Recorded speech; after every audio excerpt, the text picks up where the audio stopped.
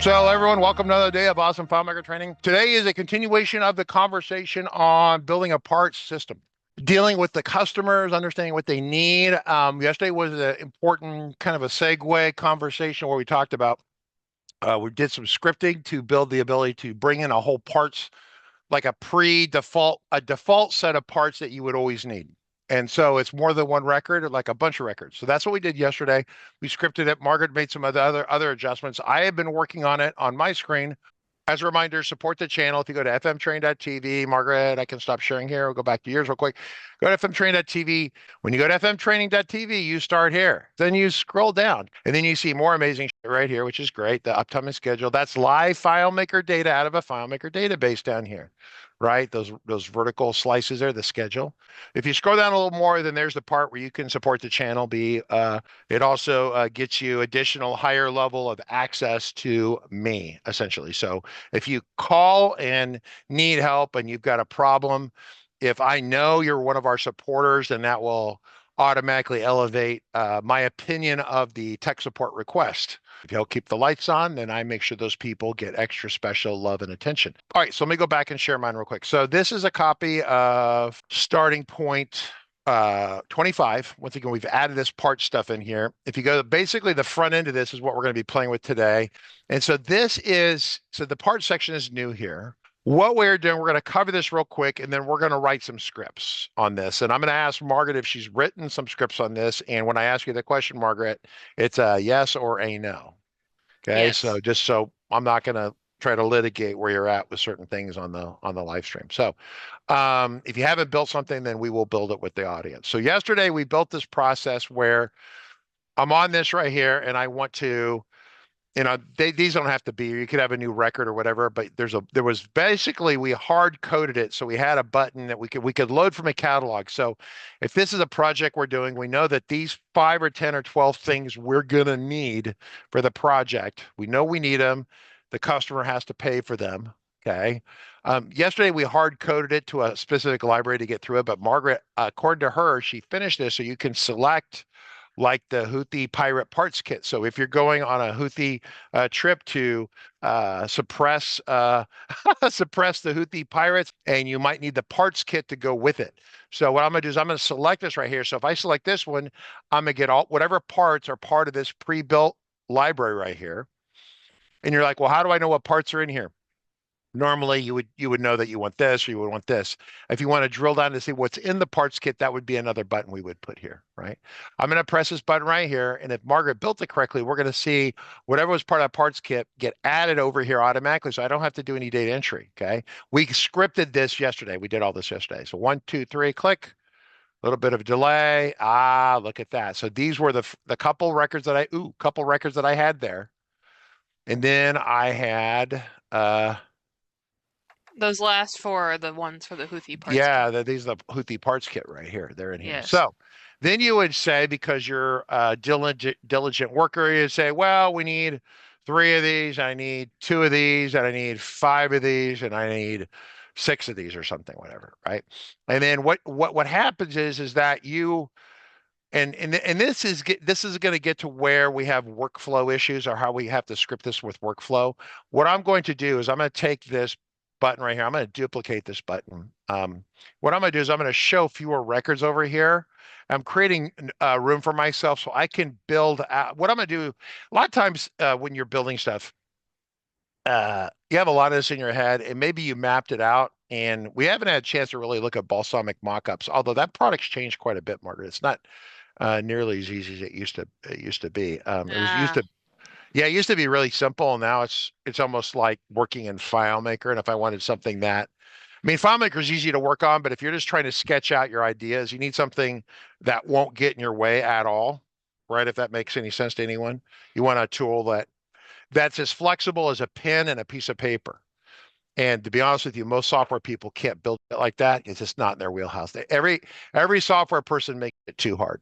So anyway, so what I want to do is that if we were over here, we added this, we would want to what I'm gonna make this like perform a script. Yeah, I'm just gonna say a bunch of junk right here, and that's gonna be our button right here. Okay, we'll start with that. And we're gonna build buttons for the things we need. So I'm going to go back to browse mode right now. Browse mode. Okay, we're in. And once you go to browse mode, it jumps back to the default tab, which is notes. I'm going to click parts. So here's the parts, 5 days right here.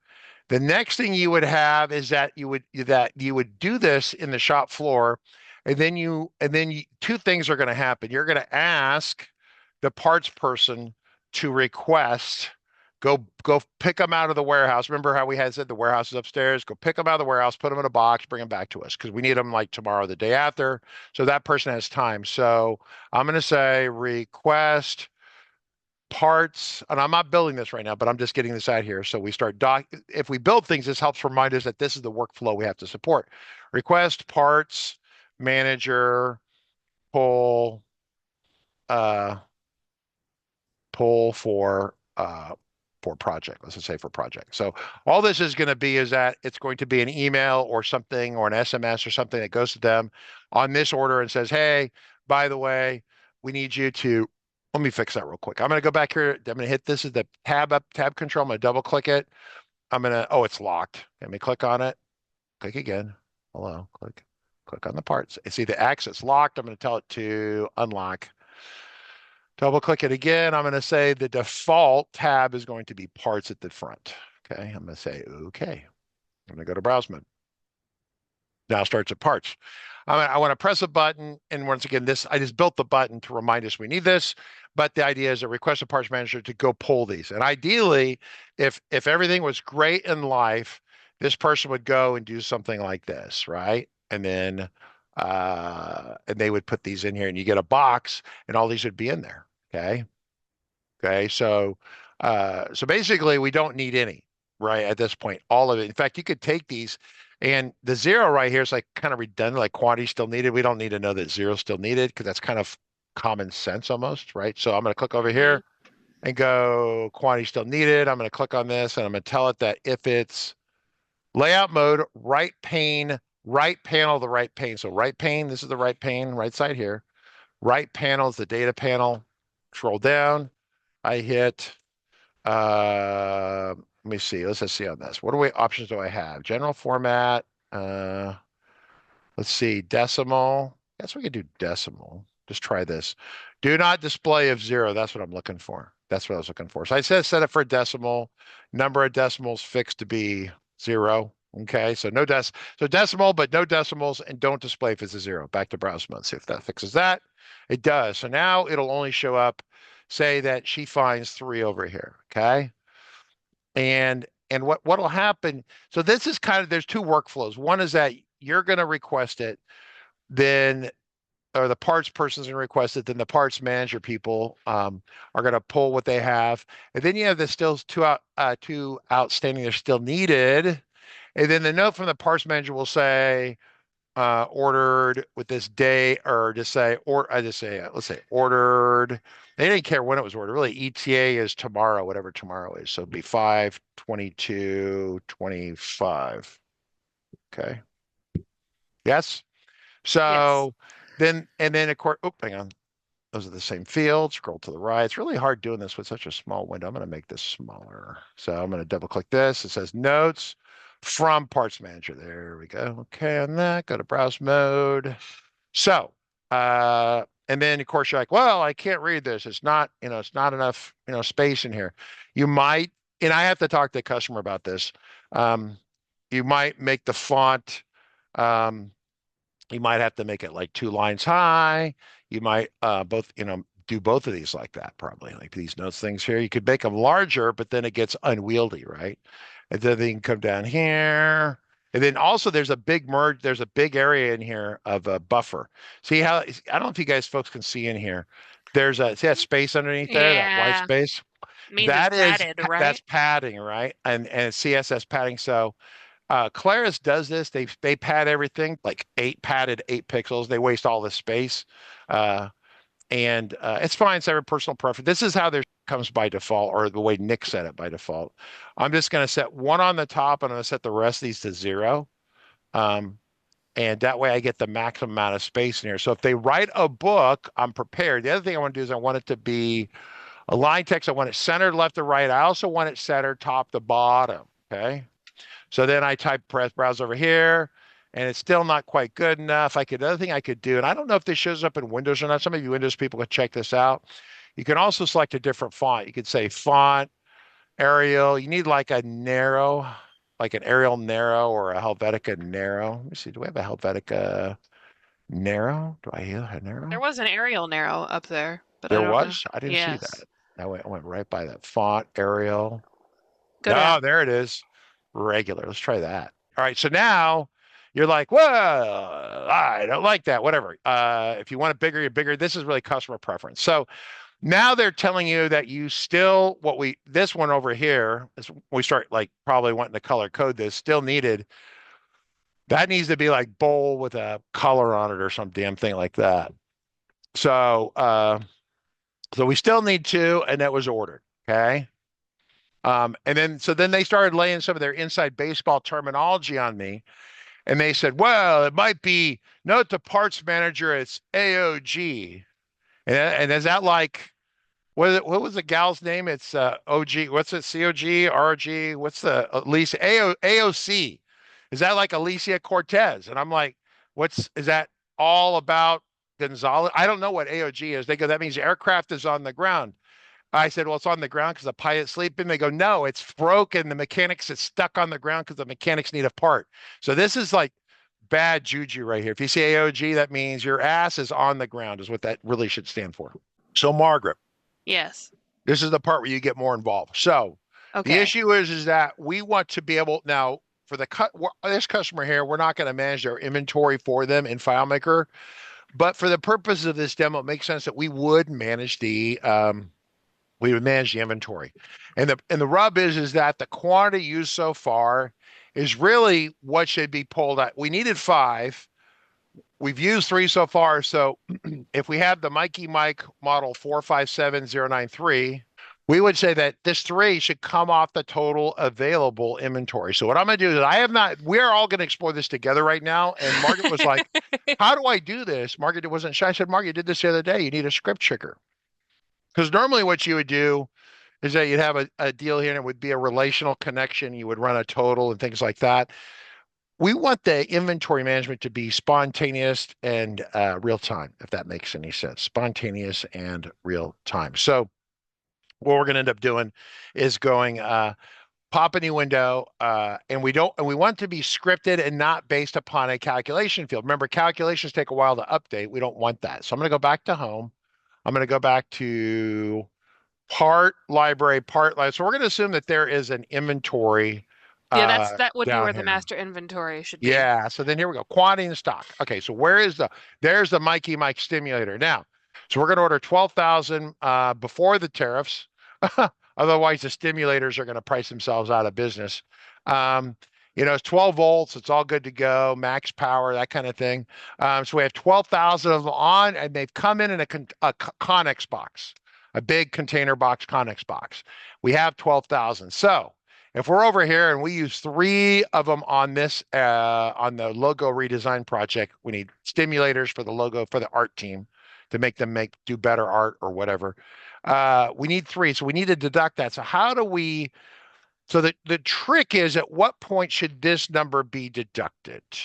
What affects this number? Quantity used so far. So if we need 5, if I change this to 99, does that number change there? No.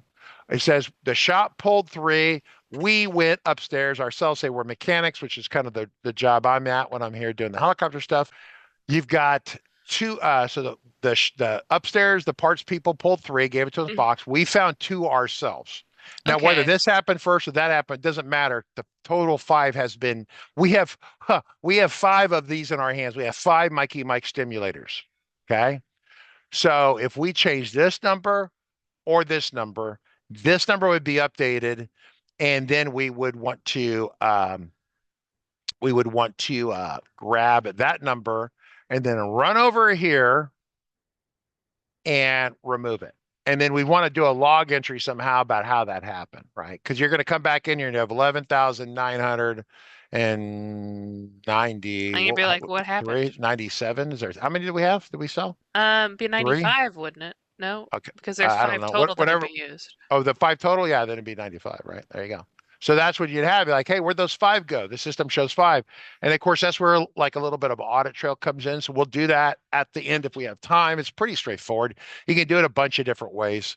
But what you don't, but you want it to be a script trigger that you fire, because otherwise you're waiting for calculations to process. It'll be a giant pain in the ass.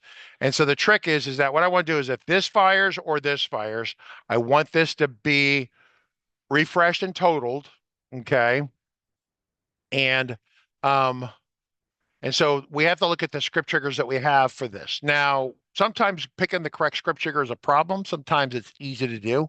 In this case, um, in this case, what we're going to do is I'm just going to start a script. I'm going to say, oh, brand new. I'm going to say, just adjust the inventory of one specific item from project data entry.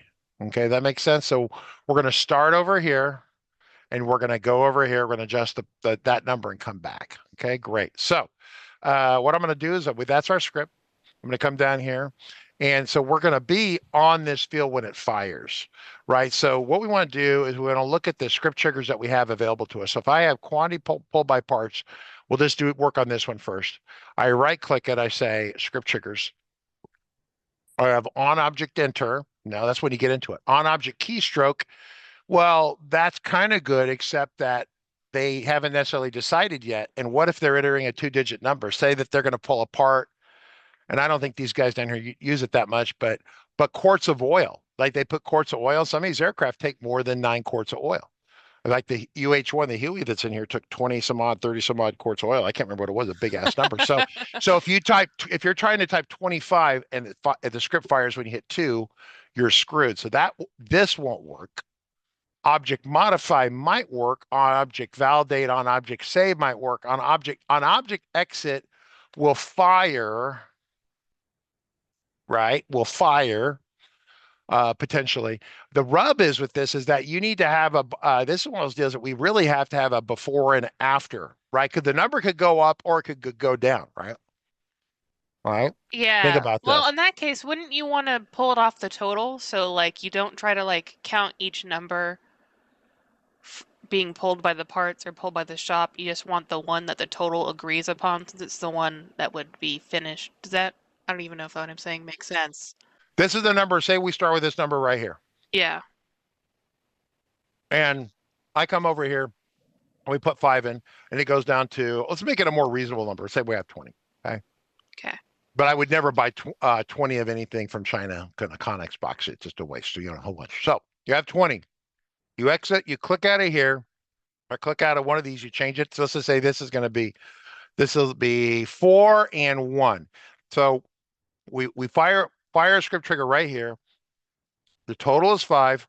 It comes over here. It says, we're going to take this number minus 5. Okay. Now we change this to 6. 4 and 6 is now 10. Am I deducting 10? Or I'm adding 10?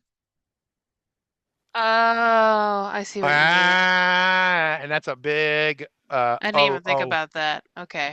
Moment. Yeah. So what we have to do is we have to basically pull it off of the parts in shop, because those are the actual numbers. Well, what we're going to have to do is you're going to have essentially at the end of the day, you're going to have a record. Yeah. So what we're going to do, the way I'm going to solve this, and I can see this being done a couple different ways, and some of you are probably super brilliant and you're like, but really what you need to know is you need to know the before number and after number. That's variables, okay? Right? Just put those into variables and then do mathy.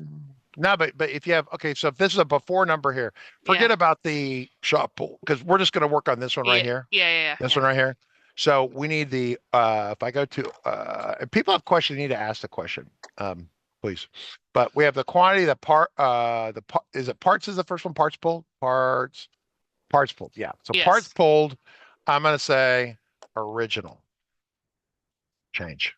And then I'm going to duplicate and I'm going to say new. Okay. And so the idea, let's just simulate that with our fun things that we're doing. We'll hit OK. So here we go. So here we go. Quantity parts pulled by parts. Now this is the original field right now. I'm going Mm-hmm. to put them side by side for the moment.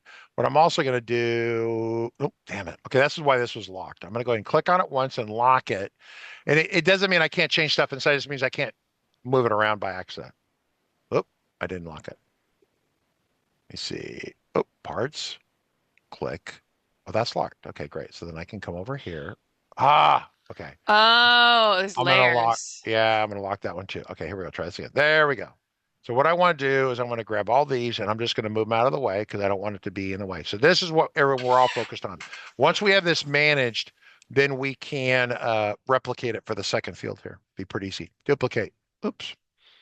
And once again, this is just this is, once again, if you turn Nick loose on this, he'd sure or one of you guys, you'd have a triple sequel backflip, you know, with the Star Spangled Banner or some and it would do. But this is old and new. So here's what we have. When we come over here, we want to see this number, but I cannot enter into that number, right, as a user, okay?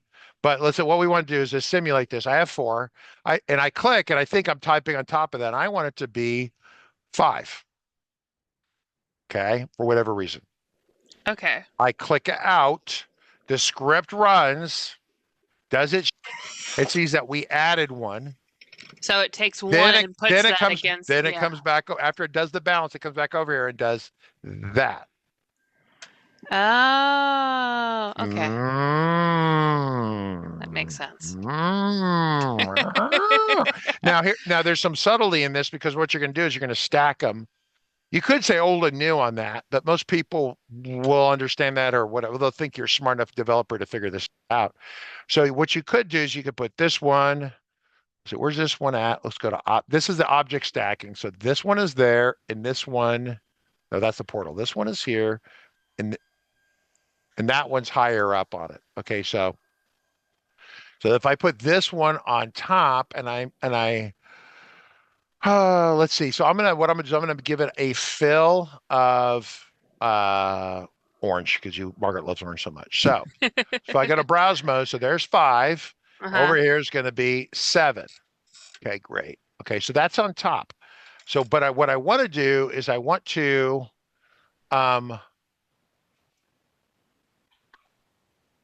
you would make the old field or original field like non-enterable, right? So you can't. Yeah, I'm wondering out loud how we want to do this. You don't want this to be enterable, right? Yeah, so you turn data entry off on that, and you enter into this one, but well, they would never need to see the old one, right? Well, okay, unless we change the logic. By the way, both of you wondering about this, you could have them both like this. So this is the historic one. Mm-hmm. This is the new one. They never see this. They just change this one. Think about that. Then we know it went down by 1. You put 1 back in inventory. Yeah. Run the script, but they never see this number at all. Yes. Does that make sense? Yeah. So all they would do is see this one right here. Yeah, because that number is more for us being able to do the math correctly. They don't need to see it. No, but the starting number, what the whole trick is for usability, this has to be the starting number, and they're going to change it to something they want. See, look at this. This is a very simple concept, but look at the complexity of, and how many people could do this wrong by having a interface, right? Right? Having it at bad. Well, we have the no, then type old, and this is the new, and you can type it in. But really, you don't need the person interacting. Yeah. Right. I mean, you need the field, the developer needs the field for scripting, but the person actually interacting with the database does not need to see it. Correct. So what I'm going to do is I'm going to assume that I'm going to go Command Z, Command Z, Command Z, Command Z, Command Z, Command Z. There we go. So this one's over here. This one is going to be, I'm going to say this one's going to be invisible at some point. This is going to be the visible one. I'm going to make this, it doesn't really matter whether it's editable or not. So just keep this in mind, everyone. If you go into here and you say, you can't enter this in browse mode, okay? That means that. Oh, will set field work on it anymore? Yeah, set field is a bypass on that. If you use Yes. a paste in there, like a copy, like a legit paste command in there, it won't go. But a set field overrides Oh, that. interesting. Okay. So I could turn this off and it'll be like all good. And we can't edit it, but so let's write the code. So what we want to do is first, let me just do it by hand. So remember where everyone we talk about the mechanics of scripting, mechanical thought process. So we're on this. This was 5. These will all start off the same. They'll start off matching, right? Which means that they would set these up and they would stay up to date matching. Okay. Yes. Quantity pull. Okay. These two are going to match because they're basically the same. I click on here, nothing happens. If I edit this, I want to run a script. The first thing the script is going to grab this number here. It's going to pop a brand new window here, and it's going to do a find for the part number. Shouldn't do a find for the actual ID. If the ID were there, is the ID there? Do we have an ID of parts? Is it The library ID is the one that Okay, you want. now here's the rub we have with this. We built this, but the problem is that because we've hidden the ID, everyone's like, we're gonna have an ID, and then we'll use it, and that'll be awesome. And then they promptly do what Margaret just did, which was hit it. And you have no ability to QA this thing as a programmer. None. None, none, none. So I'm gonna grab this, I'm gonna move it over here. Okay. I'm gonna say this is gonna be the ID part You use. want That you one. no, you don't. You want the. I think you'll want the one above that actually. Yeah, you want the one above that. The parts library line item F because technically parts used is altering the Mm, master list and the yep. master list. Oh no, the one below that. Click that again. Clicky. The IDs are named too similarly. Line item is the Oh, master list. that's what I There. want right there. We go. Okay, right. Yeah. So let me put it over here. So that tells you that the parent that it was copied from, right? So if I come over here, Yes, that's a this good is one. the this is the part uh catalog line item or parts I said catalog, part library, catalog library, whatever catalog. Library line item parent ID. Okay. And that's a mouthful, but it tells you the ID of the parent from which it came. Okay. And if we go to browse mode, this should be in here, right? Yep, it is right there. No, these should be different. Unless you missed names. This is from right here, parts, library, and line item. Parts, library, LI. Yeah, LI is the. Did we build something incorrectly? Oh, I go think. go down to a different record because part of the problem with this initially, pick a different Hmm, record. how about a brand new record? Brand new record. Uh, yeah. Because that one has Adult old things before I fixed stuff. Mikey's non-child safe products. How about that? Okay, and then add a set from our thingy, and then it should hopefully copy correctly. And if not, we're going to discover that I added bugs instead of fixing Yep. things. You got a bug. Well, oh wait, hold on. Is it a bug or is it not long enough? It's a really dumb question, but if you make that long enough, will we see the end of the 3? Parts library. No, I mean, yeah, hit OK and then go back to browse mode for me real fast. Yeah, Oh, it's not long enough. wow. Okay, that's good. Margaret, I feel better about you now. That was tough. I was like, how did I make that mistake? We're good. Well, We're fine. not only that, how do you make the mistake, but how'd you get it? Well, no, you could actually, it would still work without that being wrong over here. Because right now is where we're going to need to be able. So once again, let's try this again. So then we have, well, let's just change this one. Well, we got the mags. Okay, whatever. That's bad. We need to keep it straight. Mike. Well, the name will be different. Whatever. That's fine. So this is the part number here, but this is the number we want to grab. So we're going to copy this. We're going to pop this in a new window. We're going to do a find. We're going to go to this. We're going to put paste. We're going to get that. Then this has a quantity of 200 or something. We want to adjust the quantity. Then once that's done, we're going to close the window, right? So this window is 1701. Okay. Does that make sense, everyone? So what we're doing? So what we're going to do initially, we're going to say we need start with 5, and we pulled. There's 2 fields here. We pulled 3. Okay, let me go back to layout mode here initially. So Yeah. So then what we're going to do is we need a script. Let's see, right? So we were working on this script Yes. workspace, and then this is one of our, okay. So what we did is we're going to set a variable of the from that context. So will be dollar part library line item from the portal. And this is where getting this right the first time can be tricky. So you're on T16. B is the portal relationship where we're grabbing it. It should know what portal row we're on. We're not specifying the portal row, but we were in a portal row. So it should still know what line we're on, if that makes sense, everyone, right? We're on a line, it's going to grab the correct one, Yes. we hope. ID parts, line items, foreign key right there. So we grab that. And then what we need to do is we need to set, just for right now, I'm going to set, uh, you know what I want to do? I'm going to be verbose here, but we're going to use this in a log entry. So I'm going to say set variable, and I'm going to say, I'm going to say dollar old value, because I think I'm going to need this outside the script.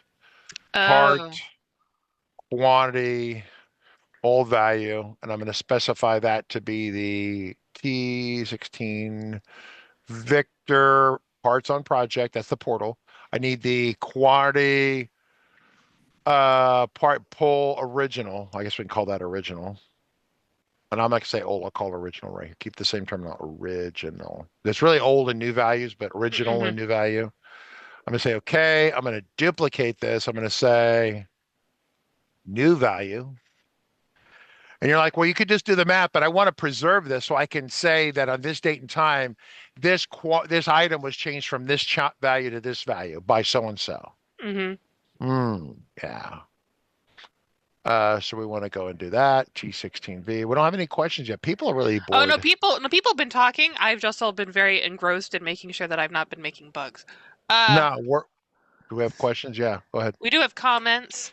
Um, do you get faulty or below quality tolerance stores and need to return to stores options? Like, oh, like what if the part is bad? What would you do with that? We haven't worked out the workflow for that, but that shit happened the other day. It was a serialized part. It was a temperature gauge on just on the turbine engine, on the jet engine. Jet engine, okay, everyone, jet engines are really hot. Duh. But during the start process, they can get so hot that they melt, called a hot start. And the gauge is supposed to like tell you, and the gauge was off like 70 or 80 degrees. It was quite a bit. Um, enough that it could mislead you that you'd actually cooked the engine, or maybe you had cooked it but you didn't think you cooked it, because if you overheat the engine, then it becomes brittle and it'll fall apart, it'll fail, the metal comes apart. So that's an important thing. So they had that happen here. They had a serialized part. They gave it back to the parts manager. So I'm giving you this verbally, right? I'm telling you what happened. They gave it back to parts manager, said, return this son of a bitch. I think they said those exact words. Tell them we need it fixed and don't send us a piece of shit next time. I think. And then of course, Alexis being Alexis probably didn't really say all those mean things to the parts people because they want the parts. The manufacturer, it was an overhaul. So they take a lot of things and they overhaul them. They don't build them new necessarily. So you get all new, gears and springs and pulleys and all that other stuff inside of it. It's all new. So unless it's digital and then they have to digitally, the chips are shot, you throw it away and get a new one. So, but yeah, so you would send it back and there would be a little conversation here. So we have notes to parts manager, notes from parts manager. That would be more of that's a good question. I'm telling you generically how we'd handle it, what I'm going to do is I'm going to give this to them. I'm going to let them play with it. And I'm going to try to minimize the squealing, but Jacob Taylor calls it squeal testing. And It's and very literally, effective for telling you what you need to do next. yeah. When they start squealing that it doesn't work the way they expect it to, then that's your clue that you need to do that. The whole point of having more experience is to avoid all the obvious squealing moments and you get down into the nuts and bolts of it where you don't really know. Okay. Does that make Refined sense? squeal testing. Yeah. So this is what we're gonna do. Initially, I'm gonna set a script trigger on this just to get this going. I'm gonna say on object. Validate? I'm gonna try this script will run before the internal validation attempt is made to exit the object. So the internal validation is the this we tell you not to use. Okay. But that's still it's still a spot or an event in the software where if you type in a field and you click out, FileMaker will check to see if you had any validation options selected and attempts to do them. That trigger will also fire at that time. Does that make sense? So FileMaker's validating it before it saves it to the server. I don't want to turn this into a script trigger conversation, but that's kind of what this was going as. So Yes. where did my, Where is it? Where? Whew. Okay. oh, did I never save it? Or maybe I haven't saved it yet. Uh, Okay. I'm going to hit escape there. I'll just hit OK here. Let me go back to script workspace. I'm going to go and save it. So you have now not saved it. Does it exist now? I just did a save, script triggers, say on object validate, turn that on, go to the very, I don't know Okay. where it's It is at. hiding. Okay, so what did you call it? So we can search for it. That's fine. I'm there. I'm there. I got it right here. So now it's buried in, oh, it's under project processes. Okay, great. So let me go back over here, right click this again, script triggers. So we have a couple things working against us here. One, we want to write the script correctly. Two, we want it to trigger when we expect it to and not when we don't expect it to, if that makes any sense. So we'll try on validate for starters. We're going to go down to, uh, it's not estimates. Okay, this is audit trail, estimates, documents. It's under projects. And by the way, this is all that starting point. This is all the stuff you folks would see. So I'm just doing it the same way you would do it. We're eating our own dog food. There's a script right there. Okay, so I'm going to say, okay, so now theoretically this script is kind of ready, but when we run it, we're going to run it with script debugger on so we can watch what happens. So another thing I'm going to do is I'm going to close that window. I'm going to come over here, close that window. Windows, I got two windows open, which other one's a script workspace. Okay, great. So I'm taking a look. So we set these three values here. Then I'm going to say new window. Remember from yesterday, we're going to pop a new window. We're not going to change our window because if we change the window here, we lose our context. It'll lose where we're at. It's just such a bad thing. And so we say new window. Now you can have the new window spawn off the screen, right? Like spawn, it's starting, like yesterday we said the starting location should be 100 and 100 so we can see it for troubleshooting. But if you want it hidden, you could say minus 5,000. So it'd actually be way up negative 5,000 and negative 5,000 here. It'd be like way up. I can't draw an arrow, but up to the left that way. Those are imaginary numbers, right? So Into space. Yes. into magical space, yes. So I'm going to put 100, 100 here. Keep the window. Oh, I forgot. I need to change the layout. The layout's going to be, was it 17 0? Was it this one? Yeah. So that will pop the new window. Then we're going to say enter find mode, pause off. We're going to say set field. And so we're going to do a search for the matching item. And once again, this is going to be the minimal sort of coding you'd want to do. I'm going to go here to, where's, is it 35? One of the 35 is parts. It is 35 for the line items. 36 is that used. one. Yeah. Yeah. So then we're going to go over here and we're going to go to ID, this one. This is the primary key right here. Yeah. So we're going to go to there. And then I'm going to do a, dollar part line item. Yeah, Okay. yeah, that's the right one. Okay, there we Thank go. you, So Monkey now we do perform find. So this is like hitting the enter key, perform find. Okay. So now we're going to be on that record. Okay.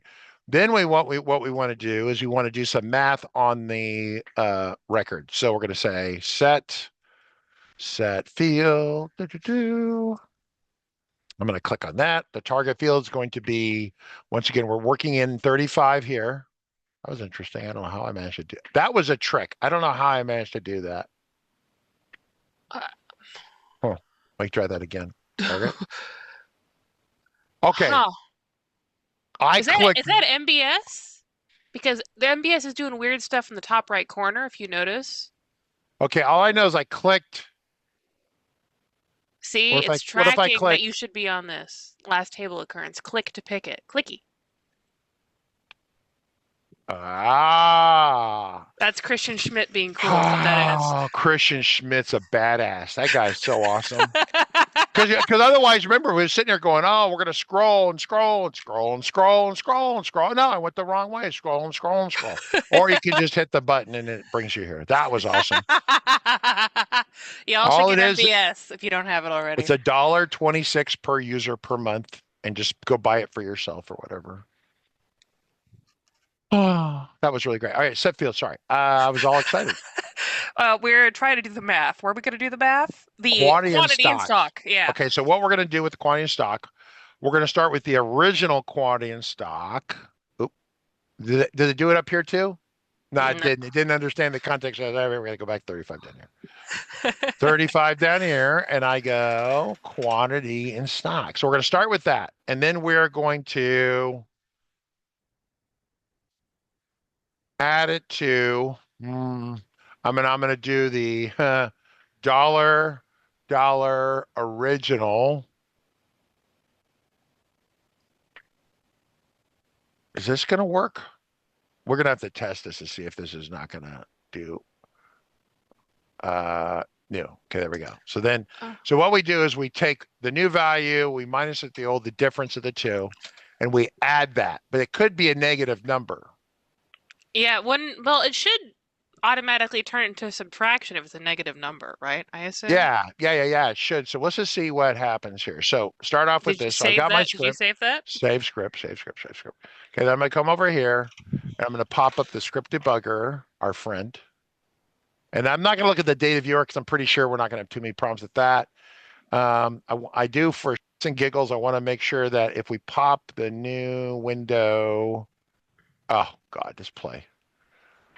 And I want to go to 1701. I want to make sure that which one are we doing? The type 4 body armor? Oh, Yeah, that one. Yeah, the 200. that 200 right here? Okay, great. Yeah.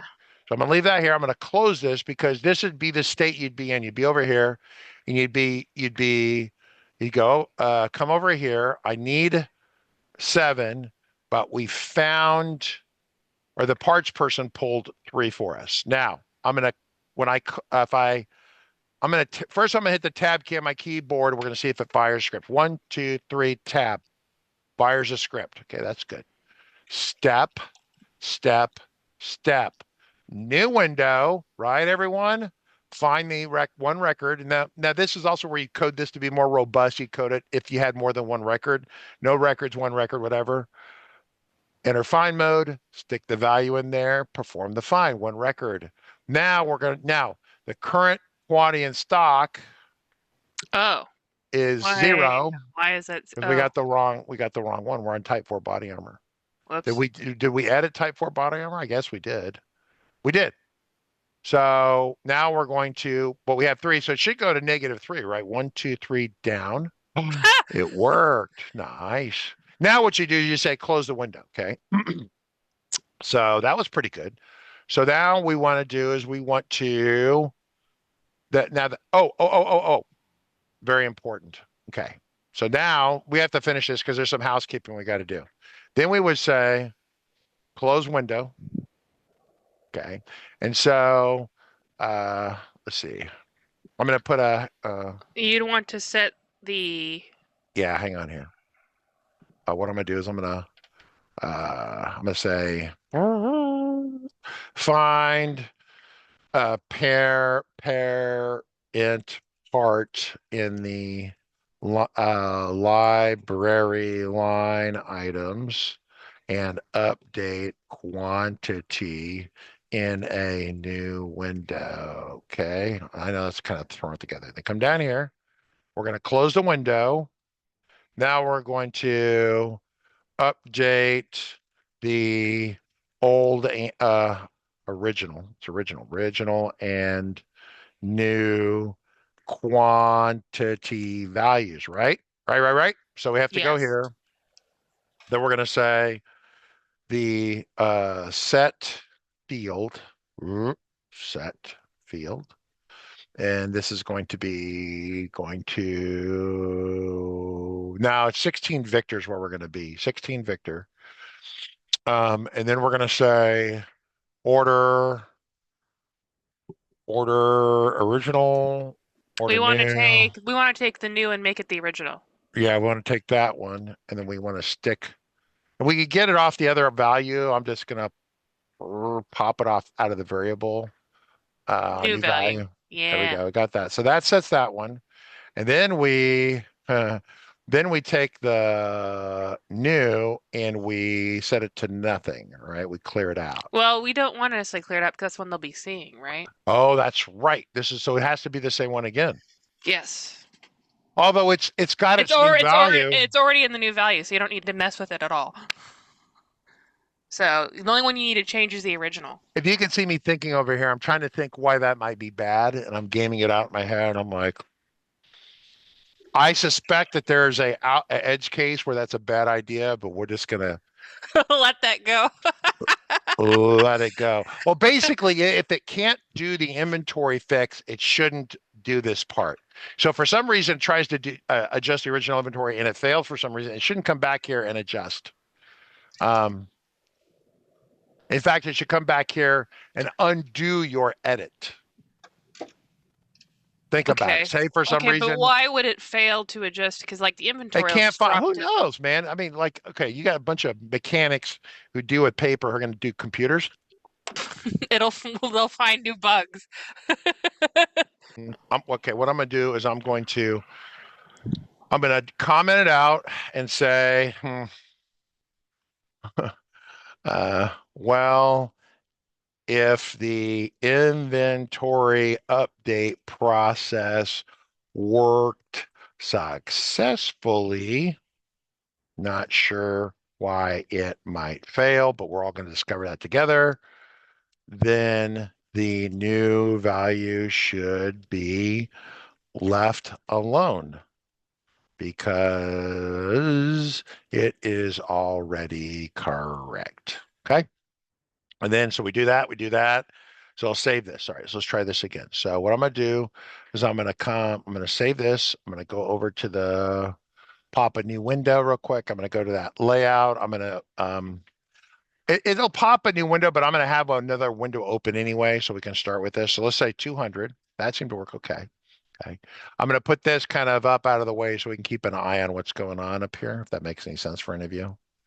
Down at the bottom. So there's that. We'll kind of keep an eye on it. We'll see what happens over here. There it is, type 4 body armor. Okay, click. I just want to click out so it's not the record's not locked. Okay. Yeah, record being locked could be a reason it wouldn't update. Someone's in the over here screwing around as a record lock, it can't run an update. But meanwhile, your script acted like it adjusted inventory. It'd want to wind it backwards. It would take the original value and sit on your new value. We might want to, I don't know if we have time for that or not, but we might want to do that. All right, so we have 3. Okay, there was 3 here. Actually, how come I don't make it a layout mode? Do I not see this value here? Is this value not here? Browse mode, field entry. It should be visible. I'm going to make it back to enterable so we can do more testing on it. I'm going to say it was originally 3. It's 3. Coin so far still needed 3. Okay, great. So is that changed over here? It hasn't changed. Now, I'm going to change this to parts poll to 5.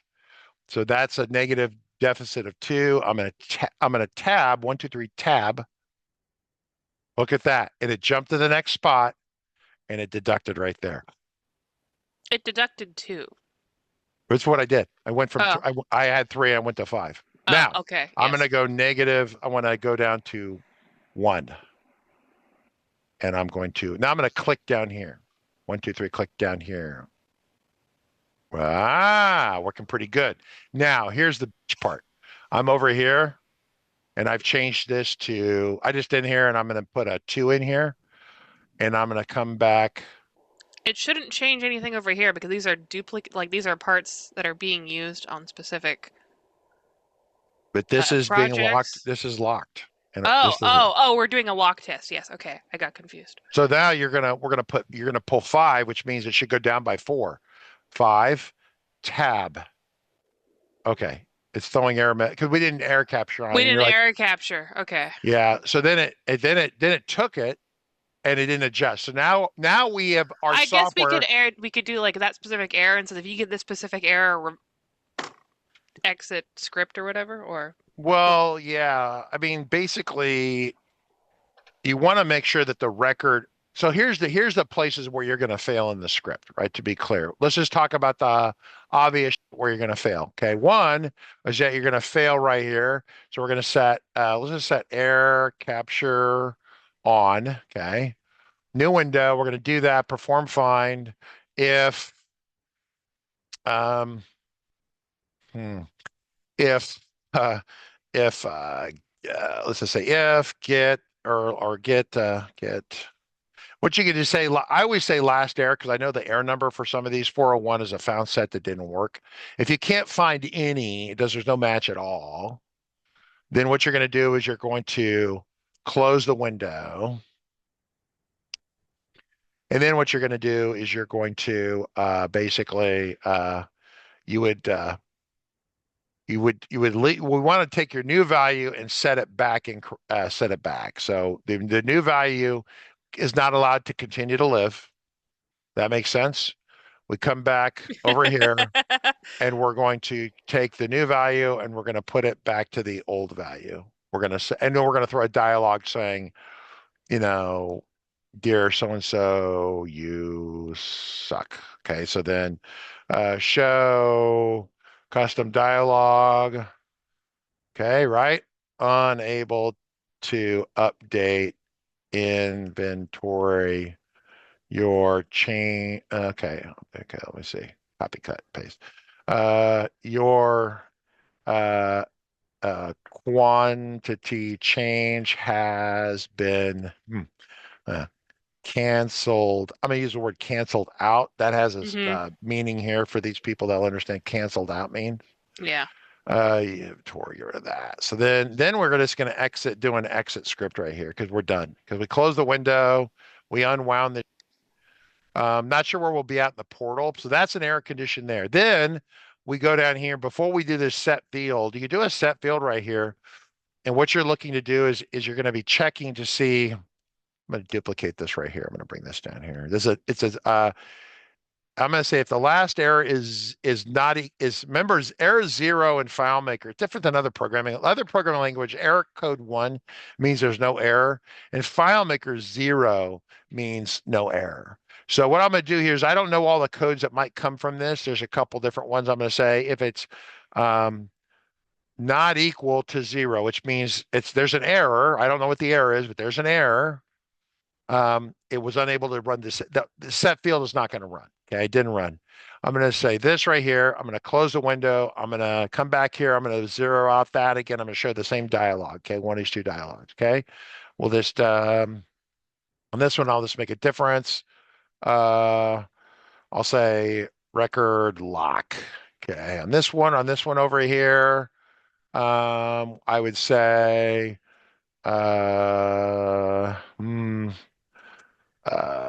no uh, records found in library line item search. Okay, questions from anyone? So now we've got a couple deals Oh, here. you put exit application. Oh, you did. Ha! Okay. That would have been a very awkward. All right. So I'm going to save this and we're going to attempt to run this to simulate bad juju. So first we're going to do is establish it's going to work correctly. So we're over here. I've got so let's going to reset the quantity here. Set it to 200 for easy math because I like easy math. Okay. We're going to click over here. We wouldn't see that. I'm going to say, I need well, we needed it doesn't really matter. This doesn't matter. This only affects the still needed, right? Which affects their reorder. We're just doing basic inventory reduction based upon what's been found. Okay. So say that I'll just say we need 15. Okay. And we found 8. So it's a net increase of 3 that we found. So over here, this should go down to like 197 or something, right? So I'm going to hit tab, 1, 2, 3, tab, 197. Okay. Now I'm going to come over and go, wow, that's really amazing. But really, I found another one on the floor. So it's really 198. Then I'm going to go to lunch. Boom, went to lunch. because they take lunches here. They take long lunches. They take lunch Mm-hmm. here. Come down here. And they're like, well, I found another one. I'm going to change this to 9. Okay, tab. Now, let's see. See that? It rolled it back and then it tabbed forward. Which is what you wanted to do, right? You wanted to roll it Yeah, back. yeah, you want to roll back. So not your change is not allowed. You've been disallowed. Yeah. No, you're probably still going to get a call from the customer because they're not going to read the dialogue and they're just going to see that they didn't get what they wanted. Yeah. Yeah, So, that's in my book. It's Whizzle fire torpedoes and everyone says clicks yes. And they don't know what Whizzle fire torpedoes means, but they said yes because the dialogue it was highlighted and they just hit the return key. All right, so then if I lock it and I scroll down and then I go back to add 9. 9 and it's down by 1. I clicked out. I went, There you did go. that not work? That's the number you wanted. Oh, is that what I wanted? Okay. Well, because you said that you pulled one part, so you need to subtract 1 from that, and it was 198, and now it's 197. Oh, by the way, this is why you don't want it on keystroke because it would have fired on the number 1 right there. Oh, yeah. Yeah. So it went There down you by go. 1. That's pretty good stuff, folks. This is script triggers. For those of you, Margaret, if you want to bring up the progression, no, I have the progression learning right here. This scripting that we're doing here is in this area right in here. This is what we use for high performance to make sure FileMaker runs fast and we never have slowness, right? What's the next question, Margaret? Yeah. I was in a deep conversation with someone about script triggers yesterday. Show them where you get layout script triggers and show how that changes the icon. Because they were trying to figure out if they had to do the icon in the layout to tell if there was the landmine icon and manage So layouts. it's only in here, manage. And most of us don't even know this is here or we might forget about it. Or a little laser M80 firecracker. I don't know how many of you know what an M80 is, but if you grew up in the United States where low levels of ordnance are given to children. Actually, I might have given an inaccurate answer the other day. Does that only fire for layout setup script triggers, or is it also for any script triggers on the layout? That's a good question. So let's go back over here to the one we were just on. Actually, let's just pick a layout. Let's go over here to, so there's nothing on 1701. If I go over here to 17, this is 1701. I go to layout and I'll say, click here on write script trigger.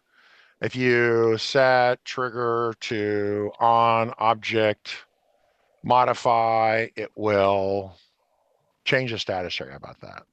Perfect. Okay. So I'm going to say it's dumb, browse mode. Okay. If I click in here and I put R for armor in here, something like that, and I then it hide and it showed it, click out. And then if I do it again, all right, whatever. That was a script trigger that was on. They just jumped, right? You saw that. Yeah. It's the layout mode. There's a laser thing there. Now browse mode. There was a bug in here where FileMaker wasn't updating, so it's not right there right now. I'm going to close the window. Go to back here, manage layouts. Not there.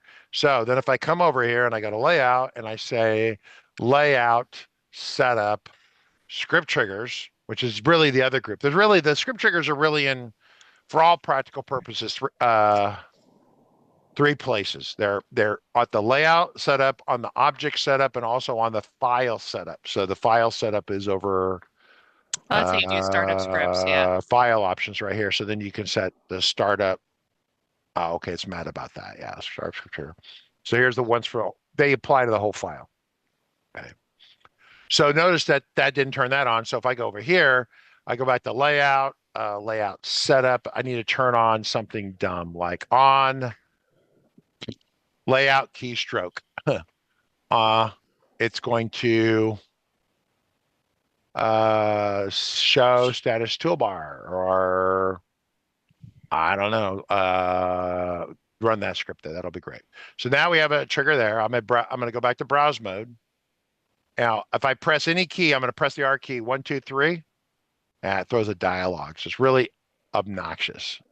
But if I come back over here, the laser's down there now. So that is a layout level trigger, not an object or file level trigger.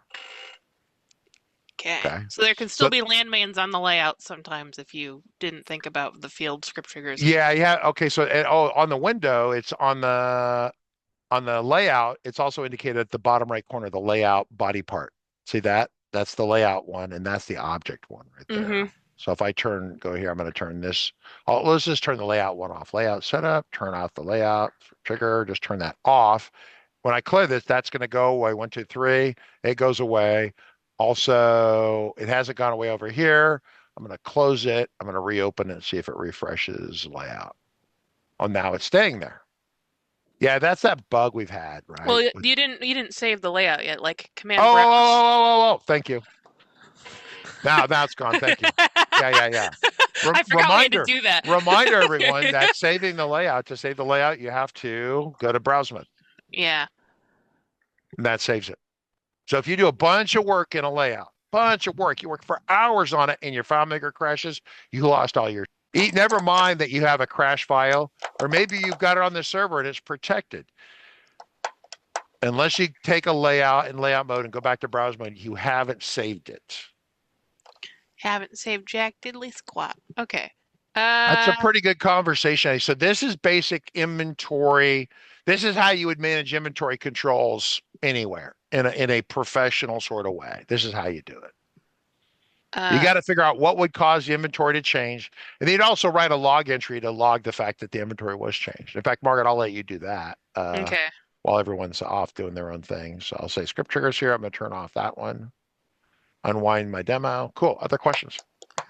There's a discussion happening, but I'm not quite sure if it's necessarily like questions. It's about basically managing. Hold on, we're just gonna read through this together. Replace current share. Can I?